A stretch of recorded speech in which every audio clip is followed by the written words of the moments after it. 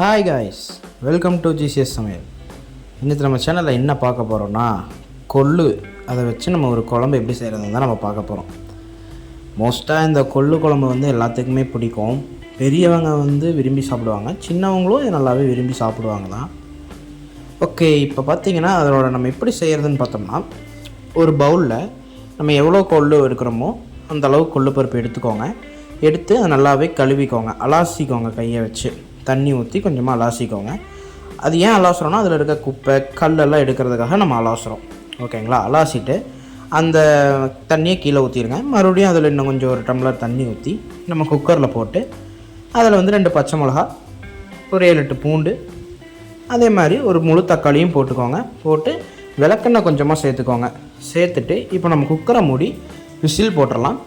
இப்போது 2-3 விசில் நம்ம விட்டுக்கலாம். அப்போ ஏன்னா அது கொஞ்சம் நல்லா வெந்ததுக்கப்புறமா நம்ம இறக்கிடலாம். இந்த மாதிரி நம்ம பதத்துக்கு வந்த உடனே இறக்கிட்டு, இந்த மாதிரி மத்து கரண்டின்னு சொல்லுவாங்க, இந்த மோரெல்லாம் அடிப்பாங்க பார்த்தீங்களா, அந்த மாதிரி கரண்டி இருக்குல்ல, அந்த கரண்டி எடுத்து நம்ம ஒரு 2 நிமிஷம் அந்த சிலிப்பி விடுறதுன்னு சொல்லுவாங்க, அதை நம்ம பண்ணி விட்டுருங்க. அது பண்ணிவிட்டு அதை உரமாக வச்சிடலாம்.